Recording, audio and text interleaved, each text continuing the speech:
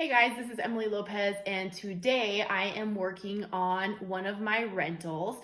I want to give you a quick tip on if you are removing trim, but you want to be able to pull out the nails, and because you're going to reuse the trim, and you want to be able to pull out all the nails without damaging the front. Now, I see a lot of people try to hit on these from the back and pull them out the front, and then they mangle the whole front of the trim.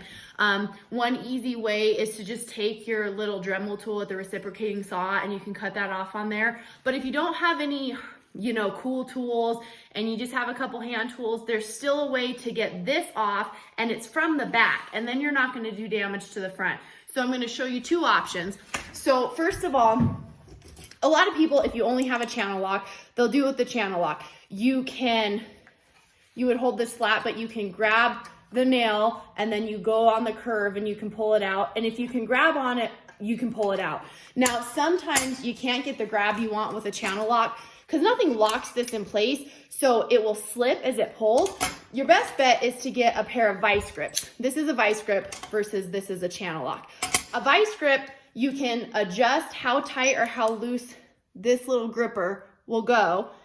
That way, when you grab down on your nail, you can actually lock it, and it locks it into place, so you don't have to worry about squeezing really tight when you're prying on this. So I'm gonna try to turn the angle on this so I can zoom in on it a little bit. So if you take your vice grip, you adjust it to tighten onto your nail, and you get right on the bottom of it, and you're gonna turn on that curve, and you're just gonna pull it out like that.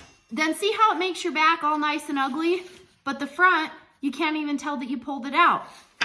The best way to remove your nails on trim you want to reuse or any board you want to reuse is always from the back, because if you damage the back, no one cares. If you damage the front, it makes extra work for you. Hopefully this was helpful. If you like this video and you want to see more, please like and subscribe.